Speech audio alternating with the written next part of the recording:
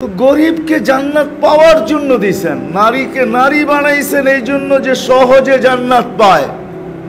কি সহজে জান্নাত পায়? আইয়ুমা ইমরাতিন আমানাত আলা রাব্বিহা সাল্লাত খামসাহা সামা শাহরাহা আতাআত বালাহা। যেই মহিলা ঈমান বানাইলো, নামাজ পড়লো, রোজা রাখলো, স্বামীর অনুগত্য হইল, শরীয়ত মতে পর্দা করলো, একজন পুরুষ দুনিয়াতে আছে যিনি জান্নাতের ৮ দরজা দিয়ে ঢোকার অধিকার রাখে।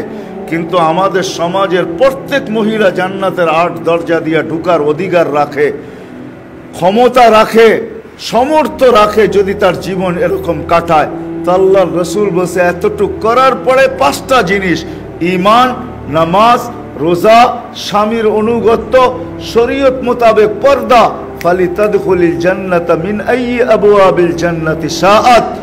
যেই দরজা দিয়া মনে চায় জান্নাতে ঢোকো।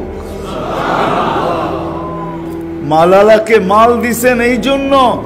হায় হায়, অনেক মানুষ আছে শরীরে কষ্ট করতে পারে না, শারীরিক কষ্ট সয় না, তা আল্লাহ মাল দিছে ওকে জান্নাতে পাওয়ার জন্য। ক্ষেত্র দিছেন, ক্ষেত্র তালাশ করে যদি তুবাল আমির আলা বাবিল ফকির, মালালা যদি সারা দিন একটা সময় নির্ধারণ করে যে আমার এলাকায় গরিব কে আছে, ওকে আমার দরজায় আসতে দিব না, আমি ওর দরজায় যায় খটখটাবো। কিরে, এই মাসের বাজার হয়েছে না হয় নাই, বেতন পাইছিস না পাস নাই, যতটুক হয় এতটুক দিয়ে চলে না চলে না। আল্লাহ রসুল বলতে ওই দরজায় দাঁড়াইতে দেরি তুবাল আমির, ওর চেয়ে উত্তম আমির কেউ নাই, জান্নাত ওর অপেক্ষায় আছে। পরীক্ষার জন্য যেমন দিছেন, পাওয়ার জন্য দিছেন। এই জন্য আসেন, সারাদিন এই দুনিয়াটা নিয়ে ভাবি, নারী বলেন আর পুরুষ বলেন, হায় হায় হায় হায়, যুবক বলেন আর বৃদ্ধ বলেন, সবাই ভাবতেছি এই জীবনটা নিয়া আর এই দেহটা নিয়া। আজ পর্যন্ত ভাবলাম না কবর নিয়ে। অথচ যারা ভাবছে, হাজারো লোক দুনিয়াতে আছে যাদেরকে রাজত্ব ছুটায় দিছে ভাবনা। ইব্রাহিম ইবনে আদহামকে 4 ভাবনায় রাজত্ব ছাড়ায় দিছে। সবাই বলছে ইব্রাহিম রাজা হিসাবে তো আমাদের কাছে তোমার চেয়ে উত্তম কেউ আমরা আজ পর্যন্ত পাই নাই। তুমি বড় ন্যায়পরায়ণ বাদশা ছিলা, তোমার জন্য তো জান্নাতের উচ্চ শিখর ছিলই ছিল, কিন্তু তারপরও রাজত্ব কেন ছাড়লে? আমরা প্রজা হিসাবেও তো খারাপ ছিলাম না, তুমি রাজা হিসাবে তোমার তুলনা ছিল না, তারপরও কেন ছেড়া দিলা? বলে 4 প্রশ্ন আমাকে পাগল করে ফেলছে।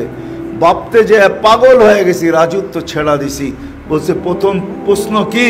বলে মার পেটে যখন রু আসছে তখন লেখা হয়েছিল নেককার না বদকার, ফালা আদরি মাদা কুতিব, আমি জানি না আমাকে নেককার লেখা হয়েছে না বদকার লেখা হয়েছে। চিন্তা আমাকে পাগল করে দিছে। এখন যদি প্রশ্ন করেন বদকার লেখা হইল, চিন্তা করলে কি হবে? না, আল্লাহর রাসূল দোয়া শিখাইয়া দিছেন, হাসান হোসাইনকে দোয়া শিখাইছেন। হাসান হোসাইন এই দোয়া যতদিন রু থাকে অতদিন পড়তে থাকো, কাজে দিতেও পারে, কাজে দিবে পড়লে। কি দোয়া? আল্লাহুম্মা ইন কুনতা কাতাবতানি মিন আহলি সাআদাতি ফাসবুতনা ফিহা ওয়া ইন কুনতা কাতাবতানি মিন আহলি শাকাওয়াতি ফামহুনা মিনহা ওয়াকতুবনা ফি আহলি সাআদাতি ওয়াল মাগফিরা ফাইন্নাকা তামহু মা তাশা ওয়া তুসবিত ওয়া ইনদাকা উম্মুল কিতাব। যে চাইতে থাকো, চাইতে চাইতে হইতেও পারে, আর আশা রাখি 100তে 100 যে হবে, যতক্ষণ পর্যন্ত কণ্ঠ নালীতে রু না আসে। এই উম্মতের জন্য সুযোগ আছে, যদি ভাবতে থাকে আর চোখের পানি ঝরাইতে থাকে, আল্লাহ যদি সাকিও লেখা থাকে তো আল্লাহ ওইটাকে মুছায়া নেককার লেখা দিবে। ইব্রাহিম ইবনে আদহাম বলছে রু আসার আগ পর্যন্ত, কণ্ঠনালীতে রু আসার আগ পর্যন্ত সুযোগ আছে, কাঁদতে পারি। এই জন্যই কান্নার জন্য রাজত্ব ছেড়া বাহির হয়ে গেছে। বলছে ইব্রাহিম দ্বিতীয় প্রশ্ন, বলে মৃত্যুর সময় 2টা সম্বোধন হবে, আইয়াতুহান নাফসুল তাইয়্যিব অথবা আইয়াতুহান নাফসুল খাবিস। পবিত্র রু বলা হবে অথবা অপবিত্র রু বলা হবে। ফালা আদরি মাযা ইউখাতিব, আমি জানি না আমাকে কি সম্বোধন করা হবে। বিদায় চিন্তায় পাগল হয়ে গেছে। এই জন্যই সারা দিন কাঁদি, মরুতে পড়া দিনে কাঁদি, রাত্রে জঙ্গলে কাঁদি।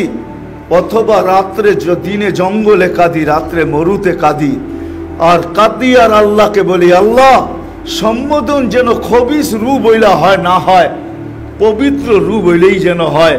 কেননা পবিত্র রূ যদি সম্বোধন হয়, যদি ফেরেশতা সম্বোধন করে পবিত্র রূ, তাহলে পবিত্র রূ হিসাবেই আমার সাথে ব্যবহার করবে। ওই ব্যবহারগুলো হাদিসের ভিতরে আছে। কি ব্যবহার করবে?